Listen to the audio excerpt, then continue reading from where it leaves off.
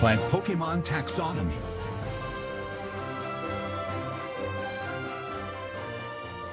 Today our presentation is on plant Pokemon taxonomy. Oh, welcome to the wonderful world of Pokemon. I choked on the coffee. So, we have our dancing little friends here. Pokemon are so fun and so cute. I've been really into them since I was a kid. Just about as much as I've been into plants, I've been into Pokemon. About the same time I got into them too. I'm originally from Petalburg. And when I was a kid, I would go to the Petalburg forest and I'd find all the Shroomish, and they were really interesting. Ever since then, I'd been really hooked on plants. Then I moved to Goldenrod. Goldenrod was really fun. I worked at the national park nearby, just north of Goldenrod. One of my favorite things in the national park were all the Sunkerns. The weakest grass Pokemon, but definitely the cutest. I really enjoyed working at the national park there. Then I started teaching classes. I was taking classes on education. I started teaching people about grass-type Pokemon. It was really fun. And then I was like, you know what? I want to go somewhere new. So I went to the Alola region, to Holy City, where there were so many new grass-type Pokemon. Blew my mind. Quite a fun place. Rowlet, quite an endearing little fellow. And but then I kind of missed good old Hoenn, so I moved back and I moved to Mauville. And now I'm an educator and a Pokemon professor. And as Salty Boy noticed, I do have the rose incense in the bottom for my grass-type Pokemon. For the very keen among you, you'll know that there's a rose incense on the stage to allure. So, I have three things I like to do. I like to educate folks, I like to entertain people, and I like to catch them all. Those are the three things that are the foundation of my core values. The degrees I needed, it was really, Pokemon evolution was my background. I worked with Sycamore for a while. We were in adjacent laboratories when he was studying under Rowan, So, I love Pokemon so much. But I especially love the grass-type Pokemon. Grass types are fantastic. There's so many Pokemon, though. There's over 1,000. There's 1,025 Pokemon in the National Dex. 135 of them, not counting the special Mega Evolutions and everything, and forms, 135. That is 13% of all Pokemon, making it the third most common type. It is the third most common type of Pokemon that you will encounter in the world. So there's a lot of them. Now, 135, that's only 13%, but when you look at all the other typings, big deal. Now, there's pure grass types. There's Pokemon that have only grass typing, like our beloved Chikorita, and our, Simisage, and Eldegoss. And then you have other ones. These are half grass, so they have a dual typing. You might know a lot of the famous ones of Kanto. A lot of the grass Pokemon from Kanto are actually dual type. There are very few original Kanto Pokemon that are pure grass. These are all grass poison. The first 9 on the list here. And then we have grass psychic and so forth. And there are quite an interesting combination. And then there are some Pokemon that are also grass type. They're particularly interesting because some of them are actually based on plants, but they don't have a notable grass typing. So you can see here we have little apple Pokemon and Lotad and different things. Some of these are actually plants and some of them are just animals. So let's organize the grass-type Pokemon. That's our goal. Aristotle, everyone loves... If you can say something about Aristotle, it sounds like you know a thing or two. Aristotle, when he started classifying and grouping things, he said everything is an animal, or it's a vegetable, or a plant. Those are the two categories. It's either animal or vegetable. That's it, baby. The OG Pokemon professor. Yeah, back in the Balkan region. So what we're going to do is we're going to utilize Earth's current life to understand the grass type Pokemon and compare them to the real life counterparts. So on the right here is our tree of life, with the origin of life beginning here at this little bottom spot, the very bottom in green. It branches on the right to be the plants, and then you have fungi, and then there's all the animals. This is a very animal-centric diagram. And then at the very top, there's all the little bacteria. You know, this is to appeal to people who care about animals a lot. So let's play Aristotle, but with grass-type Pokemon. So let's look at the ones that are not a plant. Which grass types are actually not plant at their core? They might be animals or other things that have grass-like features. So there's actually a lot. Most of them are type of animal, fungus, or supernatural object or being that has botanical features. Or it's not even a plant at all. It's just a fungus. And so we're going to go through all of them. But let's begin with the simplest, the animalias, the animals. Everybody knows this little fellow. What is his name? Bulbasaur. Bulbasaur. I will begin with all the starters, and then I'm going to jump around and do over what's fun. Bulbasaur is based on the cane toad. The way that it moves, the way it hops in the anime, it hops along. People say it's a dinosaur. It could very well be, but the way that it moves is animated to be a toad. And it has a big bulb on the back. Now, when it evolves, it has some type of blooming flower with these leaves that resemble bananas or something. This is a lotus. This is a lotus flower. Additionally, Venusaur is also a big cane toad frog with what appears to be some type of cycad. And then in Kanto, a lot of the grass-type Pokemon have this theme of the Rafflesia flower, the big corpse flower. The coloration and the markings are reminiscent of what's called it's a corpse flower. It's one of the biggest flowers in the world of the genus Rafflesia. It's purely parasitic. And so this is a giant grass poison frog. And the plants here are also poisonous. Cycad is poisonous. This smells like rotting flesh. Frogs can be known to have certain poisons. Okay. Guess what? No Chikorita. Skipping Chikorita. Because if I have Chikorita, there'll be some slander. So, bay leaf immediately. Apatosaurus with leaves of the bay. The plant bay leaf is in the laurel family, Lauraceae. And this is just a dinosaur that has leaves around it. You can see, someone took a nibble out of it because it was tasty. Meganium, another Apatosaurus. When I first was doing this, I was like, oh, this looks like a hibiscus. Hold on. It's not necessarily hibiscus. Meganium, the name is based on a geranium. And so there's geranium flowers that have the same kind of hue. These flowers that I put around this little picture are geraniums. Vibrant pink with white outer layers. So Meganium is like a geranium dinosaur. Trico. There's actually a little gecko that is called the leaf-tailed gecko. There's not much that they needed to do with this. They just saw this thing and said, wow, look at that. That's a cool thing. It's going to be a starter. The leaves on Trico, which are its tail, are reminiscent of the leaf-tailed gecko. This one threw me off. The Grovyle is based on Dromaeosaurus.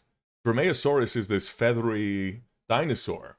And it had feathers in the same way that it had leaves. So I have added leaves for your understanding of the way it grows and moves and looks. But this is definitely a fascinating one because this dinosaur looks very similar to Grovyle. Sceptile. Sceptile is based on some type of reptile, but specifically of note is its tail and the little yellow orbs on its back. The little yellow orbs are sporangia of this plant of the genus Septridium. Septridium is a type of fern. This is on the right. You can see this is the foliage leaf, and then has a reproductive fertile leaf. The fertile leaf actually has little yellow bits. Hope you are having a good day. Thank you, Tomiko. I am. The fertile bits of the sporangia are yellow. And so, oh, we have a hype train. Delightful. Right over septile. That's the way God intended. Well, thank you everyone who subscribed. So, this is a Chinese water lizard picture I chose because it had the same kind of shapes. But the base, its tail looks a lot like a lycopod, and then the little bumps on its back represent sporangia, where spores come out. I always say we need more spore-bearing plants as Pokemon. Well, the thing about spore-bearing plants is that this is the only one. Septile has features of a fern or a spore-bearing plant. Turtwig. It's a box turtle with a little twig on its head. Little micro-green. That's daikon. Grovile. An ankylosaurus with bushes. It has a lot of features of the ankylosaurus with 2 bushes on its back.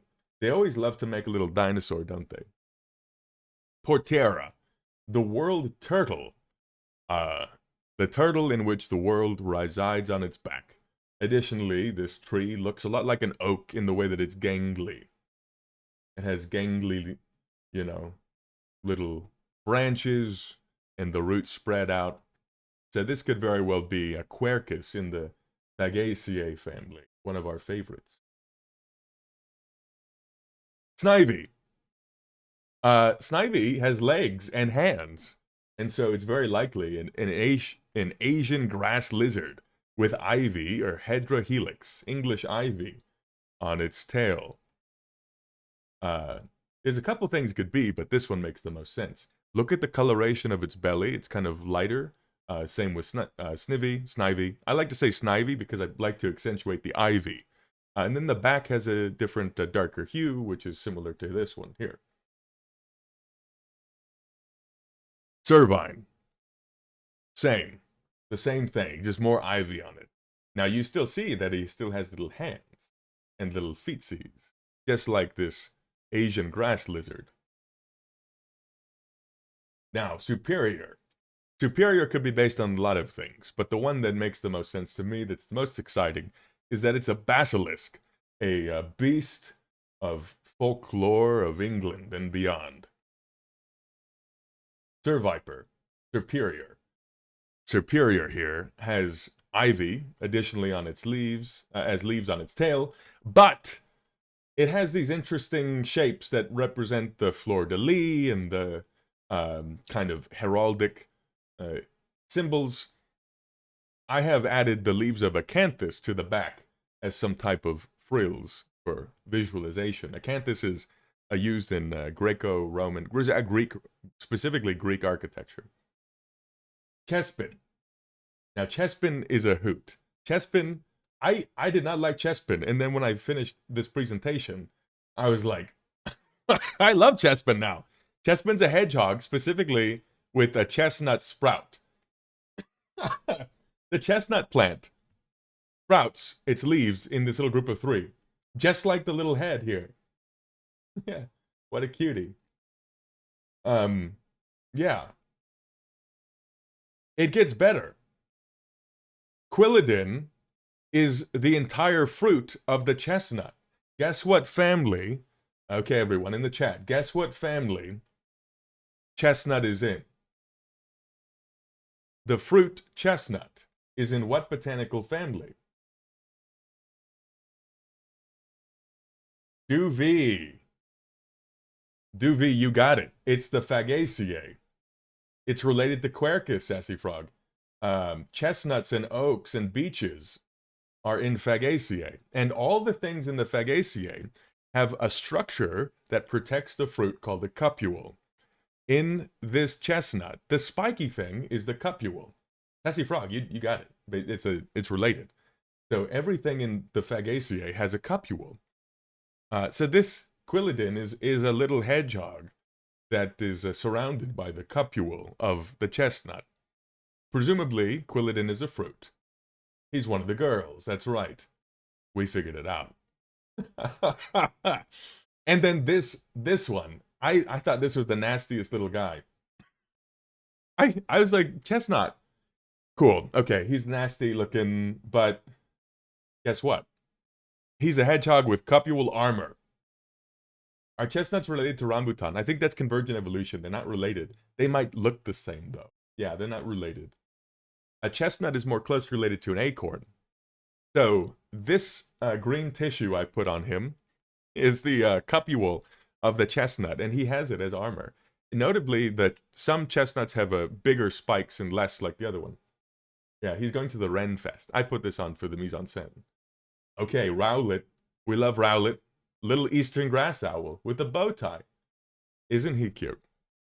And then he becomes an emo person. Dartrix. Long hair. Big hair. We love to see it. Decidui is based on a couple things, but I think the one that's the most interesting and exciting is that Decidui is from Alola. In Alola, which is based on Hawaii, there's the owl called Pueo, which is this one. And so Pueo is the owl. Decidui has a ghost typing, and so this is a reference to the kind of symbolicness of the animal as like a spirit guide. Additionally, it is also Robin Hood. It's based on Robin Hood. It's got the cute little cape. In the other version of Hisuian, the Hisuian Decidui is based on a bird that the Ainu people in northern Japan and neighboring areas would revere. This is a huge, thick owl called Blackiston's fish owl, and it has the kasa, which is the traditional like Japanese hat, and it is adorned with autumnal leaves. The particular leaves are important with certain warriors in Japan, the colors in particular. This is a grass fighting type, and so he's thick, he fights. He's got big, look at his little, he's not little feet, these are claws. You can see them, they're massive. Adorned with autumnal leaves, that's right. Grookey, a monkey with a stick. Specifically a squirrel monkey. Squirrel monkeys have the same coloration. They have a distinct kind of mouth color, and then the arms are orange, like Grookey. Grookey's a cool little monkey, because what he does, the stick monkey, he beats things to make vibrations that help stimulate plant growth. Isn't that cute? He evolves and becomes Thwacky. Thwacky could be a bunch of different monkeys, but I think the macaque. What's a macaque? That's how you say it. Macaque is the most reasonable. He's got up 2 big sticks. A good use of tools. And Rillaboom. Rillaboom could be based on a couple things, but most likely we could say gorilla. And it's associated with taiko drums. Taiko drums, the drums of Japan you always hear. Sprigatito. Sprigatito from the region Scarlet and Violet, symbolizing the Iberian Peninsula. So Sprigatito can very well be based on the Iberian lynx. Except the cat, Paldea, yes, the Paldean cat. The cat should be green, though. We have Florigato. Florigato is Puss in Boots. That's all he is. And we love that for them. Meowscarada. There's so much going on with this one. There's a lot. It's a magician. It's a gentleman thief. There's Iberian stories about gentleman thieves. It's also an Iberian lynx, but he's also going to a masquerade event. I put the acanthus in the back for the frills. And then he's got this little flying flower around him. What's going on? What a fantastic little guy. Blossom, based on hula of Hawaii, but they love the Rafflesia flowers. And so the Rafflesia flowers are in her ears where you might have plumeria. Breloom. Breloom is like a little mushroom guy, but he's a dinosaur. Pachycephalosaurus with a mushroom head, like the agaric mushroom. Specifically, you can see these are gills. On the underside of the gills, on the other side of the mushroom cap, there are gills. Agaric mushrooms have the gills. That's why we chose this one. This one is Amanita. You might know it from Alice in Wonderland or something. Tropius.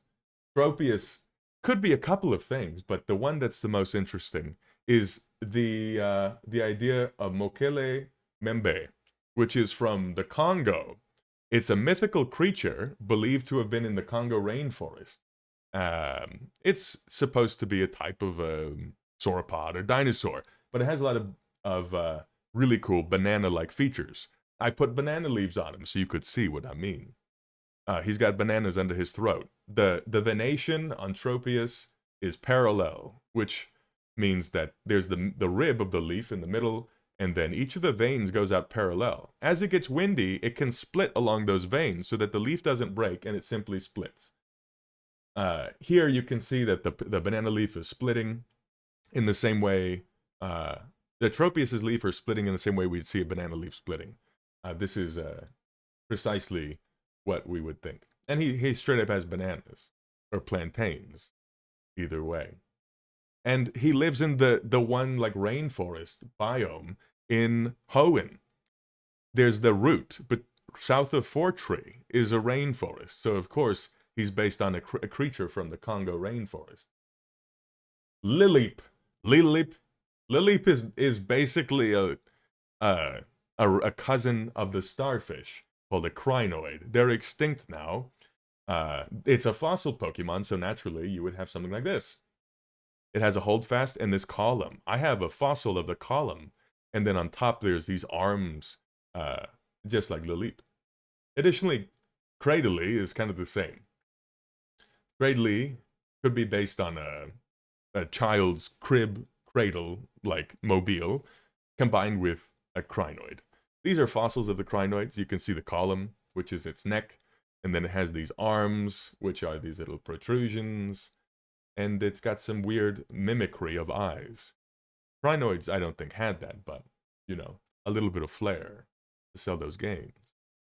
Wormadam. Wormadam is interesting because it's based on the bagworm moth, but Wormadam can only be female in Pokemon, as in real life. The female bagworm moth never pupates and never becomes anything else. It dies in the bagworm, or in the little bag. It'll collect plant material and create a bag. On the left is the female, and on the right is the male.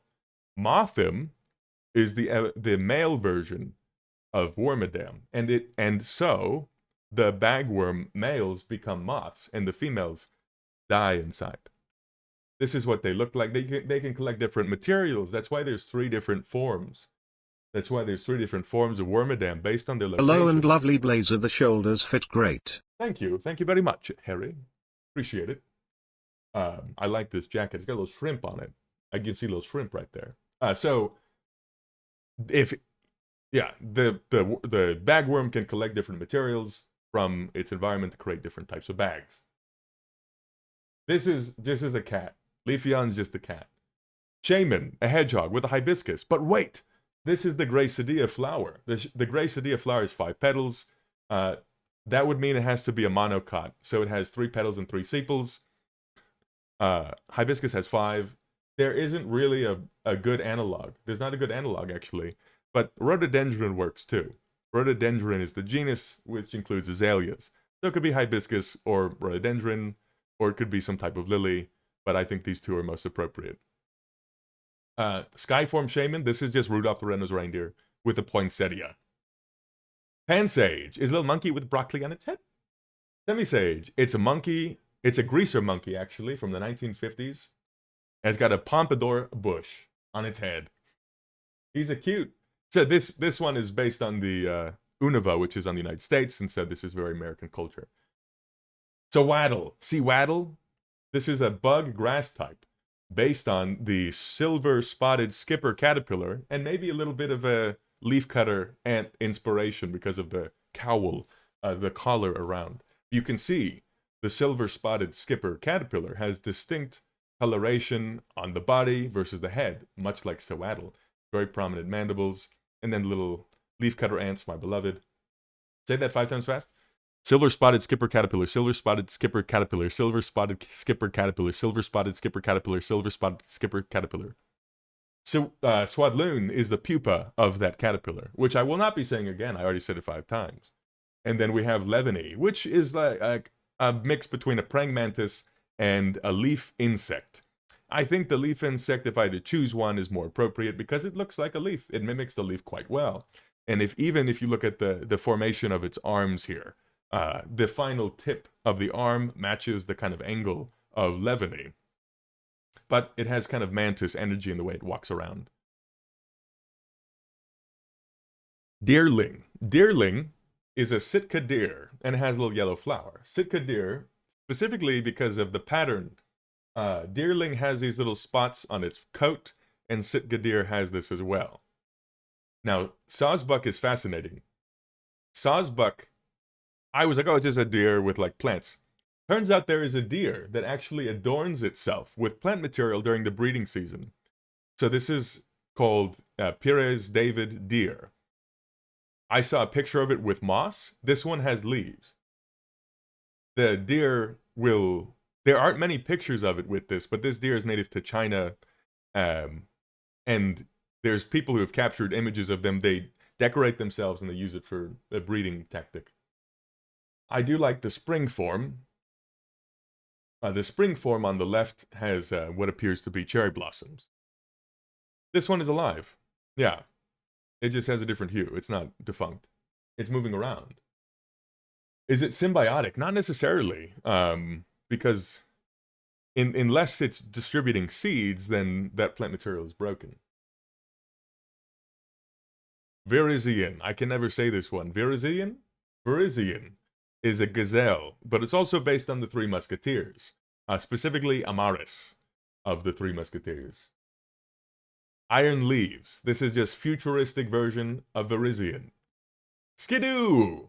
Skidoo is a dwarf Baral goat, but with some grass on him. The horns are the same. Now, Skidoo also kind of looks like a bicycle in the way its horns grow. But of all the little goats, this is the same size and the horns are about the same. Skidoo. I always forget Skidoo and I love Go-Goat. Go-Goat is one of my favorite Pokemon. Go-Goat is an ibex, basically. The way that the horns grow back is reminiscent of a Go-Goat. And you can ride Go-Goat around Lumios. Another reason why we love Go-Goat is it's shiny. The shiny form has golden horns. This is a golden goat. I love the horned leech. So this one is controversial, but I'm taking the stance that it's more of an insect than anything else. Fomantis. Fomantis' abilities and being pure grass type. The game is playing with the idea of mimicry. So in real life, there are little orchids called, there are little mantises called orchid mantis, and they mimic some of the flowers of orchids, and they sit there and they eat prey. In Pokemon, the Fomantis and its evolution are supposed to be the flowers that mimic mantises, but it's more interesting, and it makes more sense to just say that they're the mantis themselves. This is Lorantis, and you can see here, it's on this orchid. The colors are very similar. It has distinct features that match some of the unusual anatomy or morphology of the flowers of the orchid. And this one you can see the colors, it really blends in. So, yeah, even with the hidden ability of Lorantis is contrary, which is a play on the idea of like, oh, is it a grass type? Is it a flower? Is it a mantis? Is it a little bug? Applin. Applin is a worm, like the dragon, the worm, inside of an apple. It's a play on words. It evolves, when you get a certain type of apple, to flapple, and it looks more like a worm, but it has apple characteristics. The worm is the dragon that just has the wings, flies around. Appleton. Appleton doesn't really seem like a dragon. It's more of a big tortoise with an apple on his back. Apple pie. Diplin. Diplin is just the worm inside of a candy apple. Soak an apple in caramel and candy and put a little dragon inside. Hydrapple is a hydra. A hydra inside of a candy apple. Now, this one has one head. There's more heads, I believe. Calyrex. The name Rex means king, and Calyrex is a reference to like a flower structure. Thank you for the bits, Reload. So this is a snow hare, but it has a bunch of these little beads around its neck that could represent seeds, but also there's like a large bulb on its head. Now it's getting ridiculous. This is the last ridiculous one. Everything else will make a lot more sense. The animals are always really stretching it because they're combining animal elements with plant elements. Now let's get to the actual really interesting ones. Fungi. Okay. We did all the animals. Now it's fungus time, baby. There's actually... So fungus are not plants, but they're considered grass type. Paris. Paris is specifically a cicada nymph that is currently being infected by an endoparasitoid fungus. There are many different genera of fungi that inhabit different animals and insects and then take control of them. Welcome, Helios. No worries. You thought it was a crab. It looks like a crab, but it's very specifically supposed to be a cicada nymph. If you look at the arms here, and then the 2 legs, it has 6 legs, just like a cicada nymph. It could have crab inspiration, particularly parasect, but you can see it has mushrooms growing on the back. His eyes, he's alive. He's thrilled to exist. Gone. Blank stare. Zero aliveness. Dead. This looks like a hermit crab, but for the sake of the endoparasitoid fungus making sense, that it could still be the cicada nymph with just bigger claws. The fungus has taken over, and now it looks like it's consuming it. We saw this in our documentary the other day. Cicadas are prey to this endoparasitoid fungus. So the insect loses control of its body, and the fungus takes over. Cordyceps. Yeah, there's a bunch of different genera, apparently. Cordyceps is one of them. Shroomish. Shroomish could be a couple things, but it's kind of like a mushroom, so it's kind of shroom-ish. And the mushroom it makes the most sense to be would be the Earth Star mushroom that has these little flaps that open up like this, and it spews out spores from the top. Additionally, it could be a little dinosaur egg because it evolves into Breloom, and it has the same coloration. So maybe it's a mushroom-ish thing, but it is grass type. Fungus. Fungus could be a couple of things. It is a mimic. In the world of RPGs, a mimic is just something that matches something in the world, so you encounter it and like, oh my god, I gotta do a battle. It could be an Amanita. This is Amanita muscaria. Or it could be another type of fungus of the genus Agaricus. This is Amungus, and so I showed the Agaricus here. This makes sense. I could say that Amungus is a big Agaricus. If you can see the gills underneath here, it has the gills as well. Brute bonnet is a dinosaur form of Amungus. It's just a dinosaur form of this. But there's some crazy things going on here. This one has this green drape on it. And so this could represent a parasitic mold. So molds can infect fungi. So if this is a fungus, this could be a fungus-looking dinosaur or ancient fungus. Then there could be a parasitic mold on this mushroom, and it infects the mushroom. There is a thing called the fungal infection mammalian selection hypothesis. When all the dinosaurs went extinct, during the KP extinction, one of the ideas is that a bunch of the plant life died, and so then fungus started decaying all the fungi, and they started being really prominent in the environment. Because fungi were so prominent, a lot of the reptiles and dinosaurs became, some of them were susceptible to the infections, and mammals had resistance against those fungi. So one of the hypotheses is that in the KP extinction, like 66 million years ago, when all the dinosaurs went extinct, fungi led to more diseases in reptiles, and mammals were resistant. Isn't that interesting? Morlo. It looks like the genus Mycena, a bunch of cute little guys.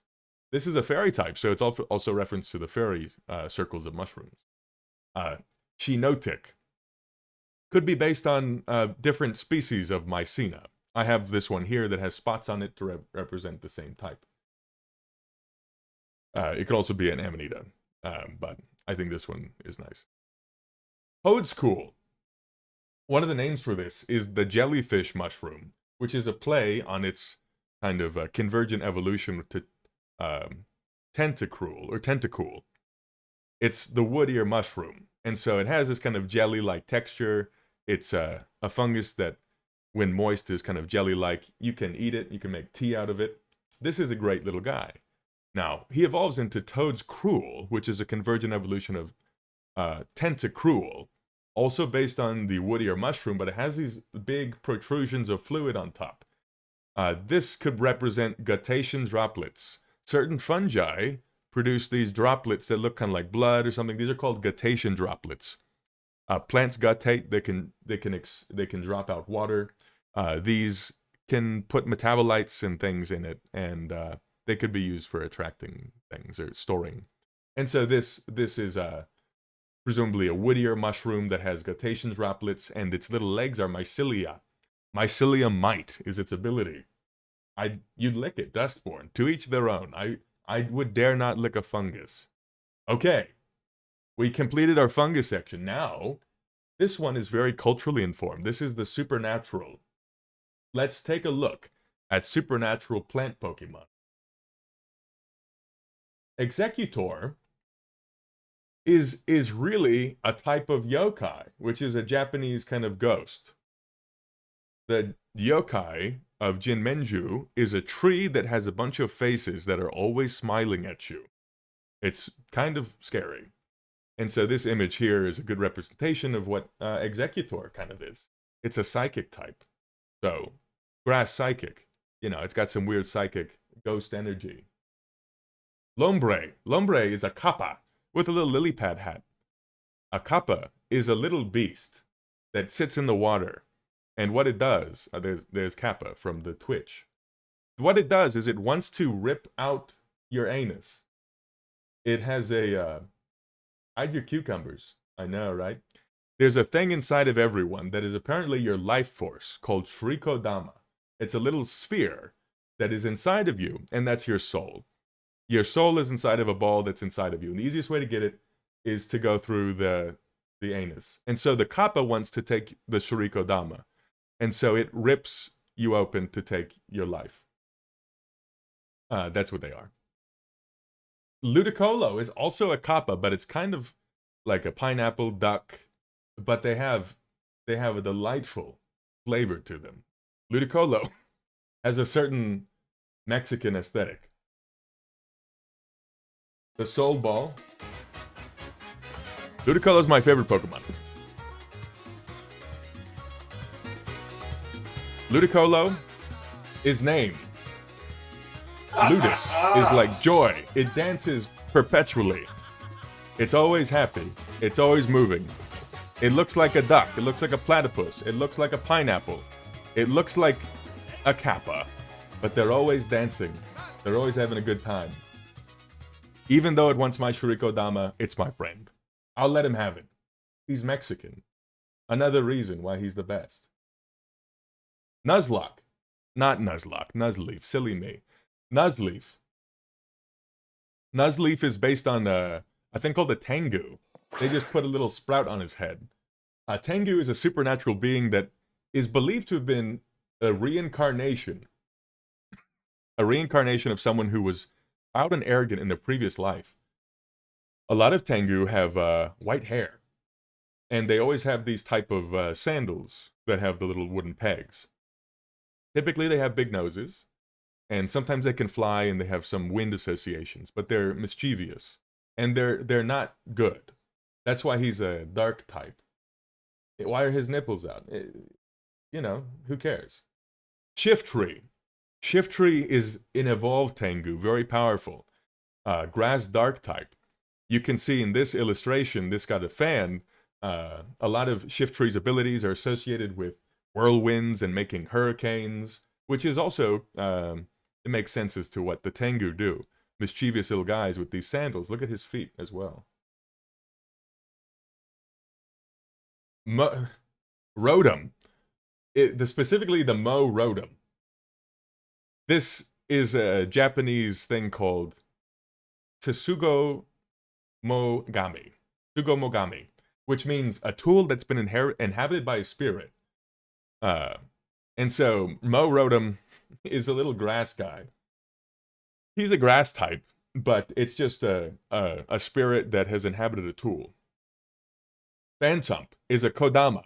Kodama is a supernatural being that inhabits a tree. Sometimes the trees themselves in which the spirit lives are called Kodama. The Pokédex entry describes a different lore behind Phantump, but the inspiration for what it is most likely Kodama. And so here's a picture of the spirit within the tree. And if you visit a valley, you might hear wailing, and that you could say that wailing sound is the wailing of Kodama. Trevenant is what our Phantump evolves into. It could be a mixture of two things. The Hamadryad, which is a dryad that lives inside of a tree and inhabits a tree and becomes a tree. Or it could be an Ent. Ent from Tolkien's Lord of the Rings. Tolkien could have also taken inspiration from Hamadryads. Additionally, it has Cyclops energy. I will point out a few of the cool things about the shiny versions if they're plant related. Someone asked me like a week ago, is Trevenant based on any plant? Not really. It's just a tree with big roots, and that could be a lot of things. But the shiny form is particularly interesting. The shiny one has white bark with red leaves, which kind of looks like a birch. Birch trees can have white bark, and then when the autumn comes, the leaves change to red, and they can drop them. Aspens and birches. So the shiny form of Trevenant could be based on an Ent that is a birch, or something like that. Punkaboo is a jack-o'-lantern bat with a ghost. Look at that. Look at his little fangs. Gorgeist. Gorgeist looks like a bottle gourd. It's a cucurbit. So the cucumbers, all the cucumbers and gourds and pumpkins are all the same family, Cucurbitaceae. You can see it has a very obvious jack-o'-lantern face. There is a story within Japanese mythology about a lady who became a paper lantern, and her hair became very long. So this long things could be a reference to the kind of paper lantern ghost story of getting long hair. But looks like a gourd. Delmise, this one, kelp. This is a ghost grass. It's a living specter that has taken over an anchor, a helm, and there's literally seaweed, algae, or kelp on it. Seaweed, algae, and kelp are all the same thing. So I could call it algae, and that would still be correct in its own way.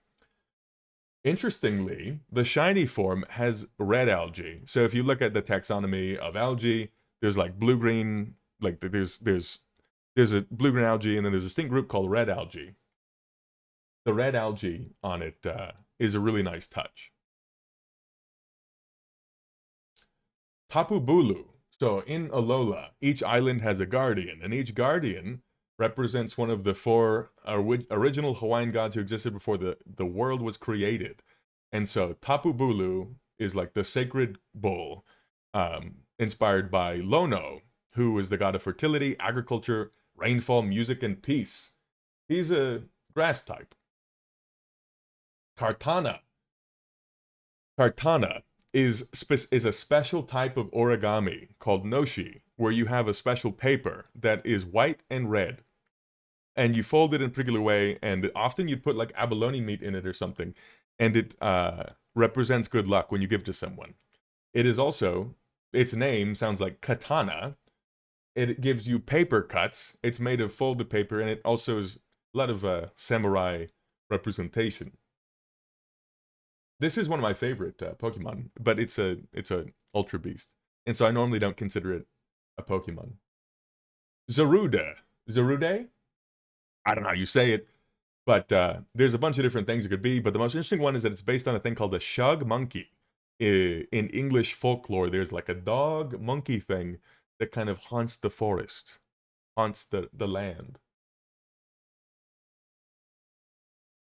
Voltorb in the Hisuian, I can never say this word, Hisuian Voltorb is based on traditional Japanese firework, which is made of paper.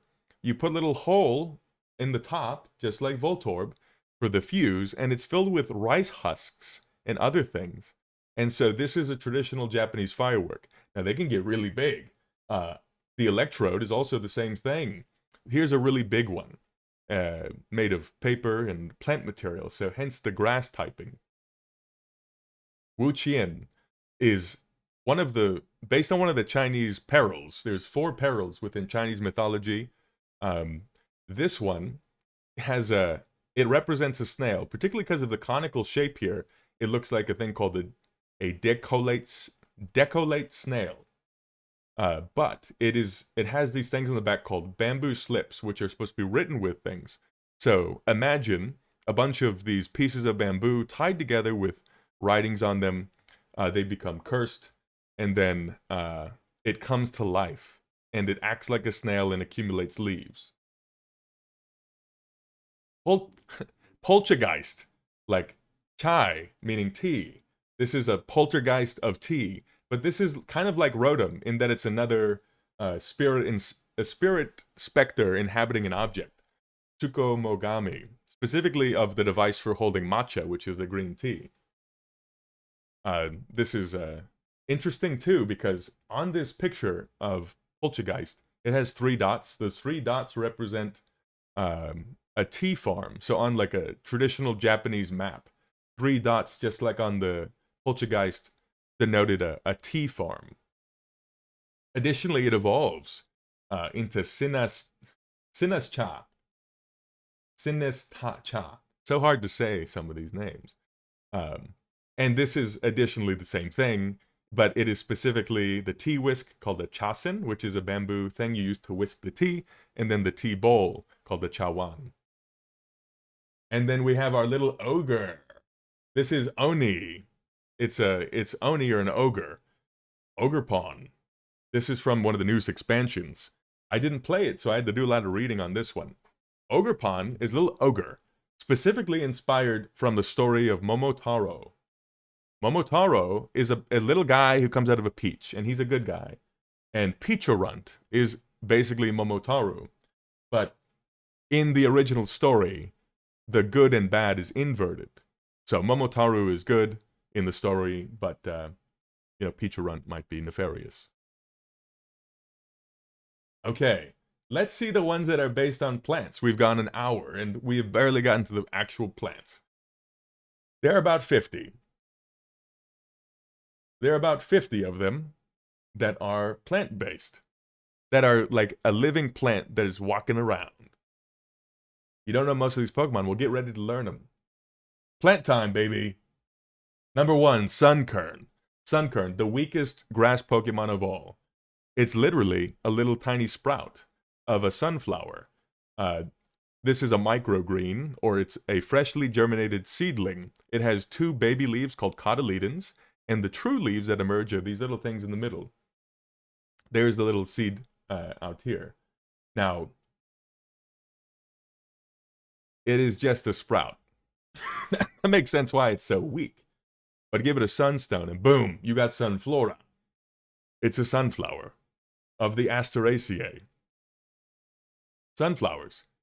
This giant thing here, this disc, is an inflorescence, or a big flattened stem of flowers, and each of these little bumps is one flower, and then one flower turns into one fruit. And those little sunflower seeds we eat are fruits. Seedot. Do you see the dot? I do. Seedot's an acorn. Acorns are in the genus, acorns are from oaks of genus Quercus in the Fagaceae. Fagaceae plants always have cupules. So we saw the Quilladin with the big cupule. Well, this is an acorn, and in oaks, the cupule is very small. We'd say it's reduced. He is Fagaceae. That's right. Say it together. So his little hat is the cupule. Execute. This is hey girl, how's it going? Execute is a play on words. It could be eggs, it could be seeds, it could be coconuts. It is an eggplant. It is a plant that looks like eggs. You know, it's something that looks like this that is a seed, is corn, or it could just be eggs. I don't really care about this Pokemon too much. But in the anime it was fun, but it's kind of annoying to figure out what it is because it's not anything really. But Executor, we talked about it being a yokai. It could also be something else. It could be a palm. A lot of people say it's a palm. There's a plant from Australia called a grass tree. And I think it could very well be a grass tree, the way that it has these thin leaves that stick out of its side, out of its head. Now, it could also be coconut, but there is another one that is coconut, basically. Executor from Alola is a coconut palm. The coconut nut is a giant nut. Look how tall he is. Hoppip. Hoppip and its evolutions. Hoppip and its evolutions are the perfect example of a way a plant Pokemon should evolve. The first step, vegetative growth. Hoppip represents the leaf of a dandelion. The two things out of its head are two dandelion leaves. And you can see I have a big one here, and in this illustration you can see that they're serrated just like the Pokemon. Then when it gets bigger, it leaves vegetative growth stage and becomes sexually reproductive. And it makes flowers. Skiploom is the flower. You can see that they got the yellow right. It doesn't really, it should all be yellow, but this is, close enough. And lastly, Jumpluff is the fruit. So we had vegetative, leaves, reproductive flowers, and then reproductive fruits. These are the fruits. Each of these little things that comes off of a dandelion is a single fruit. So if you blow a dandelion head, you're blowing tons of fruits. What a time to be alive. Oddish. Oddish is supposed... Thank you, I'll hydrate. Oddish is supposed to represent a mandrake. Here's a picture that looks particularly similar to Oddish. I didn't draw this one, believe it or not. Mandrake is a little person that when you pull it up, it has the body of a person. Additionally, if you look at the leaves, it kind of looks like an iris. It has what's called distichous growth. Each leaf grows out 180 degrees from the other. So here are some irises. Irises have a big underground rhizome, kind of like Oddish, and then it has leaves that come out of the top of the ground. These very well could be Oddish. Show this to a kid, and they'll think it's Oddish. Gloom. Gloom. Pokemon loves Rafflesia in Kanto. Maybe Kanto's infested with parasitic plants. A Rafflesia is a parasitic plant. Gloom is the buds of the flower. These little bumps on its head represent the buds. Specifically, there's like 4 of them. So here's a picture of different Rafflesia flowers in bud form. I put the female on the bottom because some of the Rafflesia have like a big dot, and some of them have a bunch of small dots. So the male form has a bunch of small dots, and the female has a few big dots.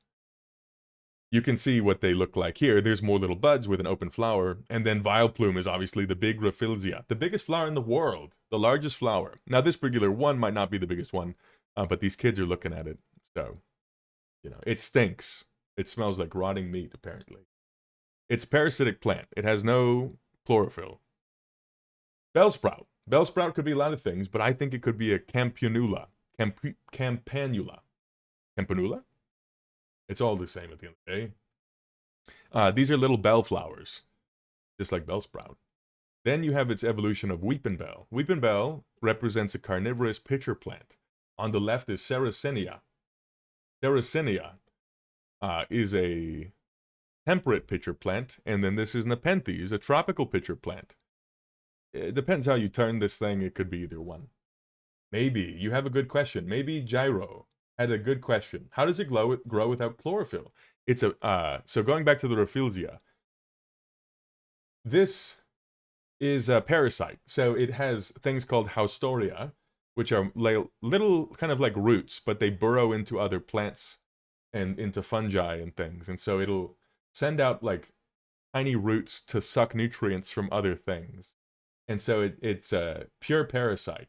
It doesn't get any light from the sun to grow. Yeah, thanks for asking. Good question. Victory Bell is very obviously Nepenthes. True, I know you would like this section. And so Nepenthes, it's very clear that it has this little cover here. just like the real Nepenthes. The hues are even the same. The shiny one is interesting. It has blue lips. But it's interesting coloration. I haven't really seen them like this, but very interesting. In the anime, it just screams, "Ah!" That's right.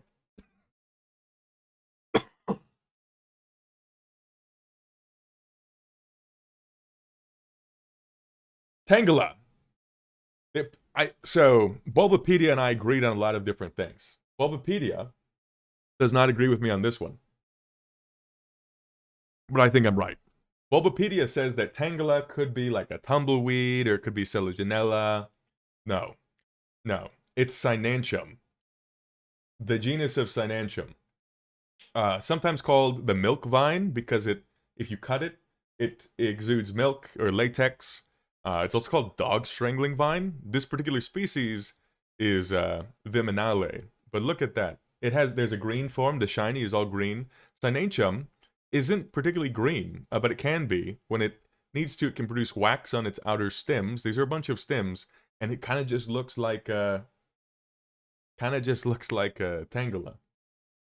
Looks more like brambling. Yeah.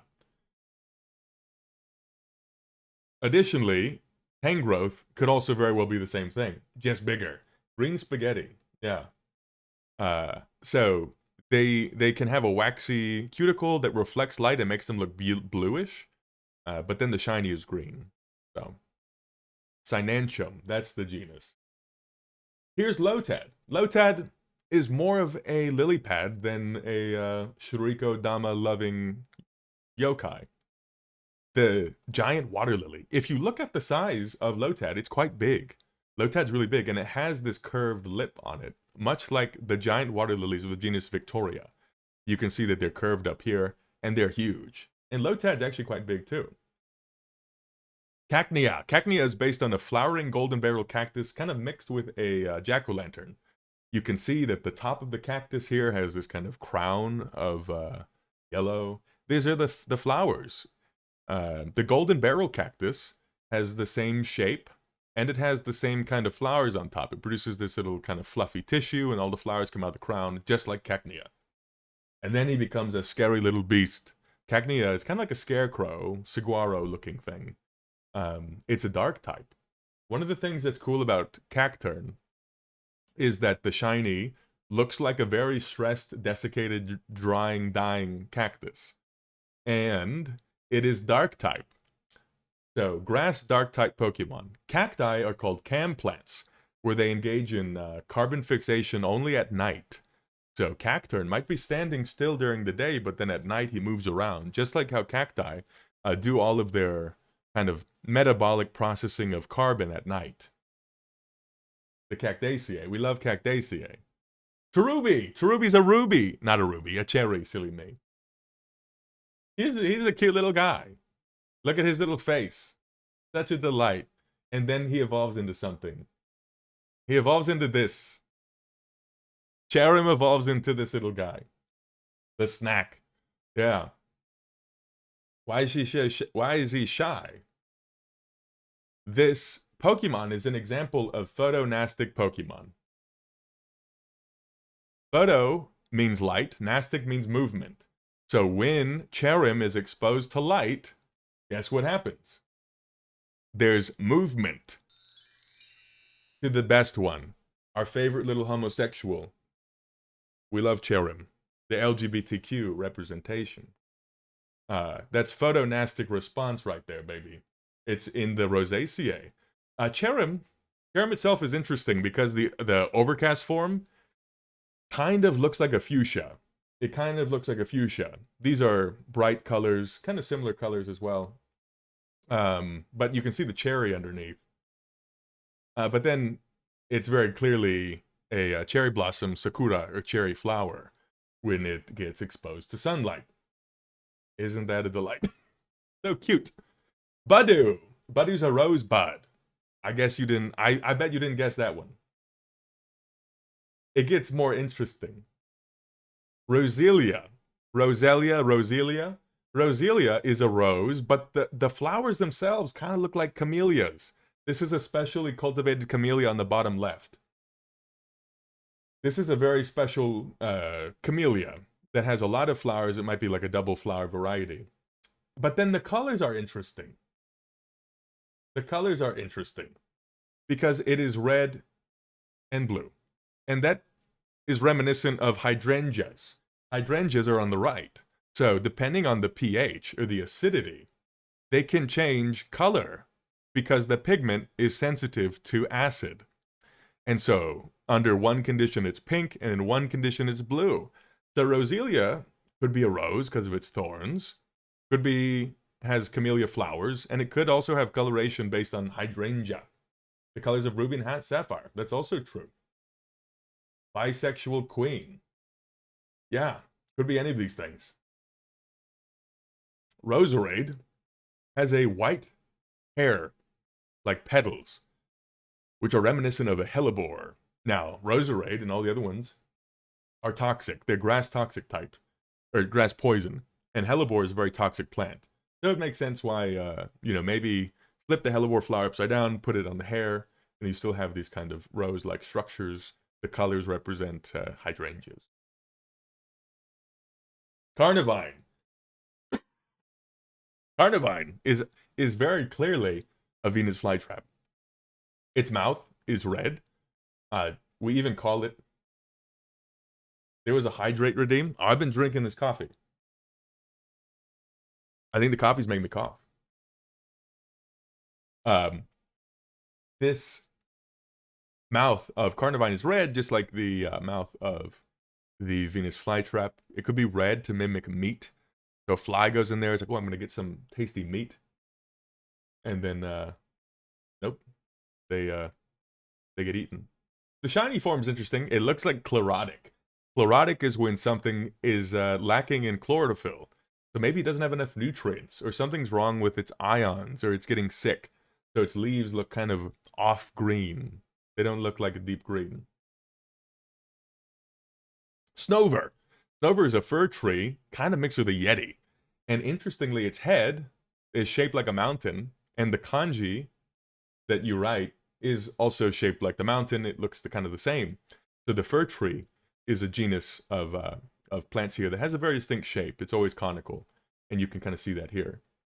It also walks around kind of, like a... I owe you... coffee's hydrating. It's good for you. Abominasnow.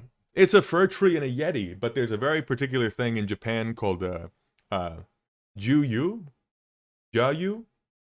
A Jayu is a snow beast, which is basically a tree that's been covered with snow, so it looks kind of like a little monster. So Abominasnow could also be like a fir tree or yeti, but if you look at this, this is a Japanese mountain, and so these are called like snow monsters. And this is very fitting. Pharaoh seed. Pharaoh seed could be a ton of things, but its shape is most indicative of a cocklebur. Pharaoh means like, it could mean wild, or it could mean iron, and then seed.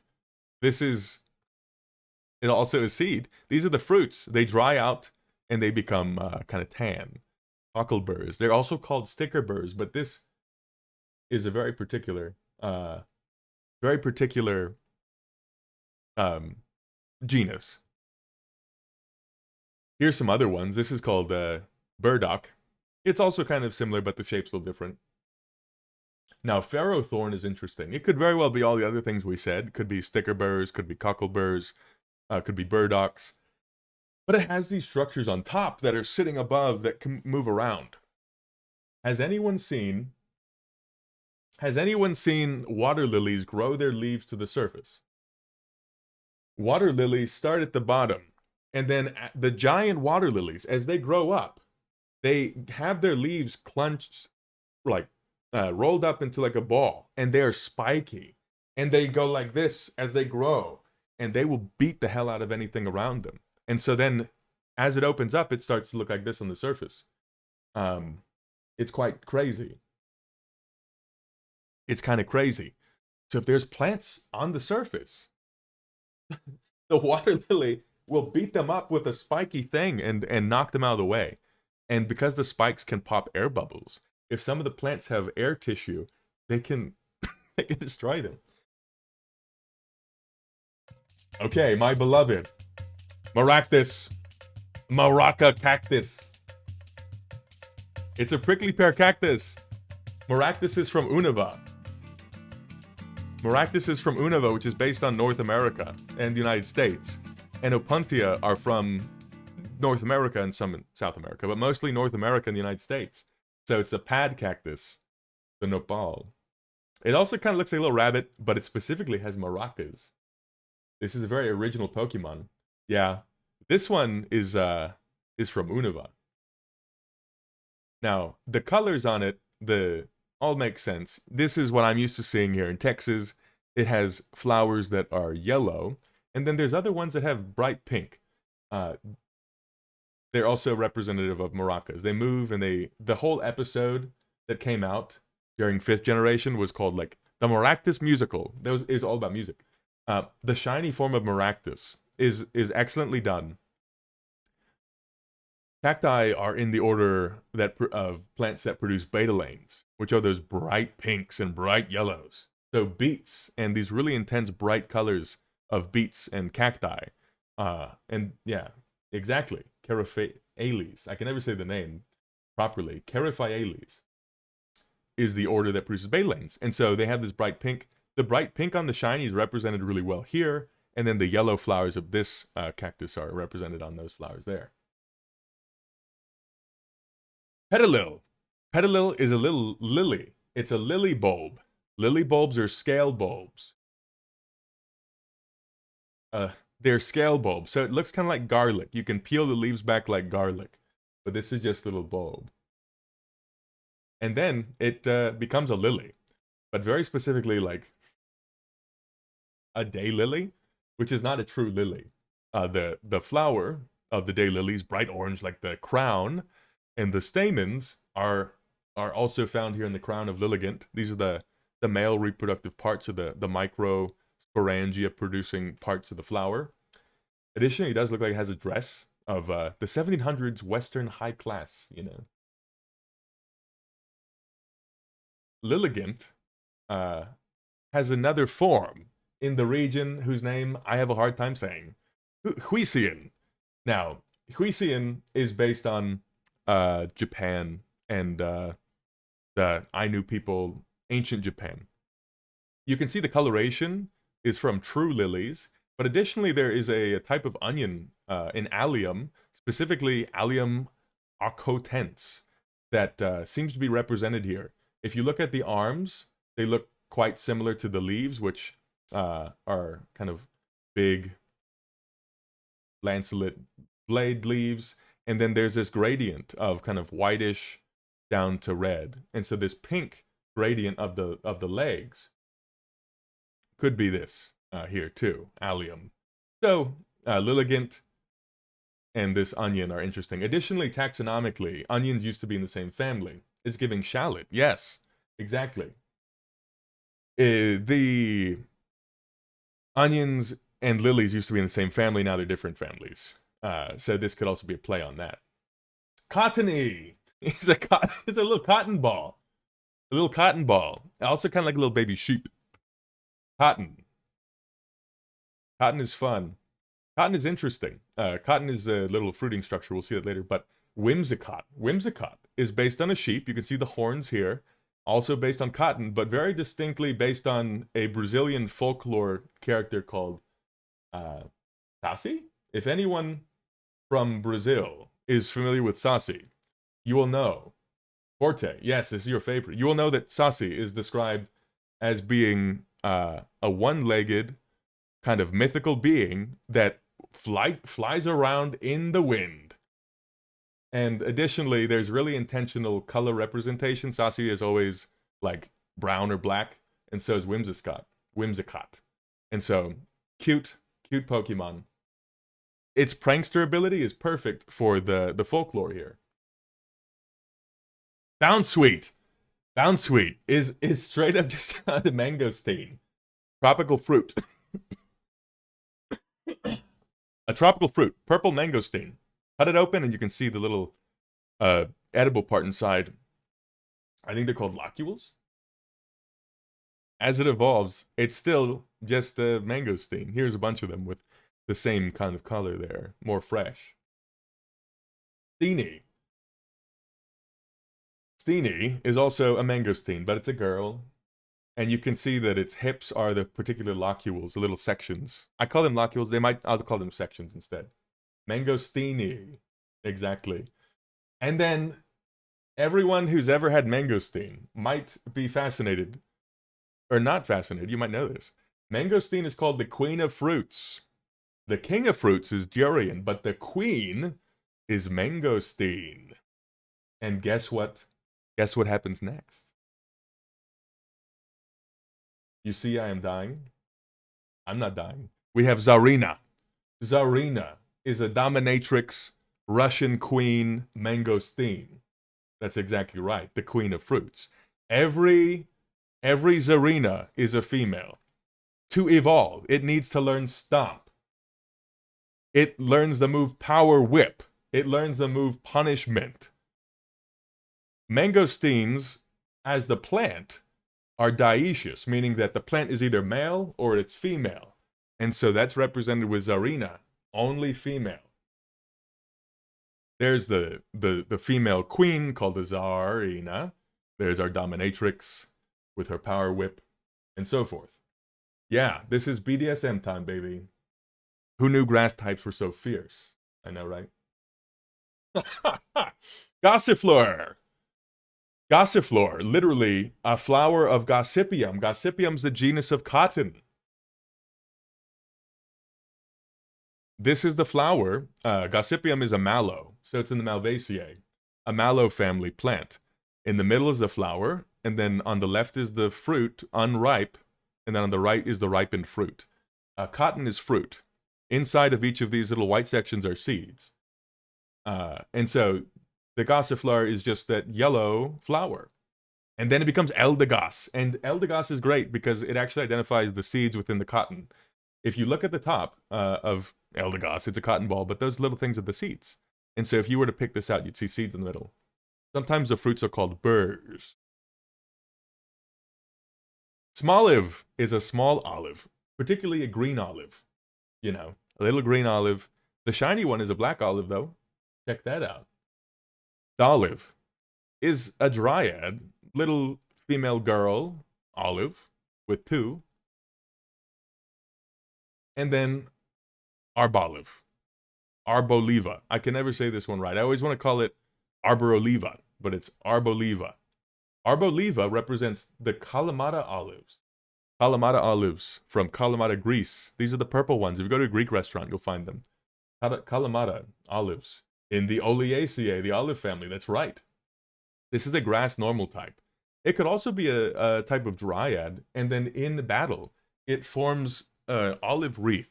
And so here's a statue of an olive wreath with all the leaves and the little olives on them, so you can see them. Arbor means, yeah, it's the olive tree. Exactly. Yeah. Cute, good Pokemon. Good design. Bramblin. Bramblin is a ramblin' tumbleweed. Now, tumbleweeds are just anything that grows, makes flowers, then makes fruits, and then once the fruit is done, it dries out. The wind blows it, and as the wind blows it, it'll drop the seeds. Now, there's Sassola. Sassola is a genus that we learned about that's from Russia.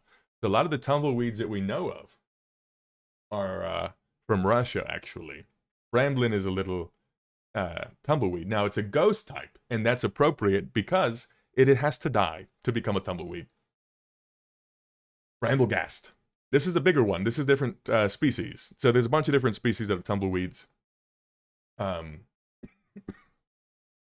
Additionally, there is like a folklore from somewhere in Spain about like a little spirit that moves in the wind. So that could also be a reference to it. Excellent kindling. The dangerous kindling. Capsicid. Capsicid is a little pepper, a little gremlin. So capsicid is a little pepper, specifically an immature chili pepper, one that is not ripe. An unripe chili pepper Now, what's really cool is that you can see his little nose has the appropriate hue, the color of a maturing pepper. And he has a little hat, kind of looks like a bonnet, like a little kid would wear a bonnet. It is exactly the flower of a pepper. Isn't this cool? It's a solanaceous Pokemon, yeah, the Solanaceae family. So this is the little white flower, and he's wearing it as a hat. It's really well designed. And then you have Scovillain. Scovillain is True. This is a grass fire type Pokemon. Give it a Firestone, it becomes this. Scoville units are used to measure the heat of a food, and so its Scovillain is this one. Now it kind of represents like a kaiju with two heads, kind of like a King Ghidorah kind of thing, but it's two peppers, and perhaps they're Padron peppers. One of them looks like it's mature, one looks like it's not mature, but yeah, they look like scorpion chilies. Yeah. Okay. Last but not least, big moment. Drum roll, please. Our final Pokemon. Ogerpon. Ogerpon is both in Oni and in orange. Underneath this green cloak is a little citrus called Decupon. Look at his face. His eyes, they're so alive because of the joy of the citrus fruit. His body must all be orange. Her, they, them, she. They, she is the shape of a little orange. So, we went through all the Pokemon. We described the animals, the fungi, the supernatural. We learned a lot about Japanese beasts and yokai. And we got to see the plants. So, I hope you had a good time. I hope you had a grand old time. This presentation took me forever. This presentation actually took me 27 hours to make. I was calculating it this morning. It took me 27 hours. That is insane. And I learned a lot along the way. I love Pokemon and plants so much that I want to do this for a long time. So I appreciate you all. You all are delightful. Until we meet again.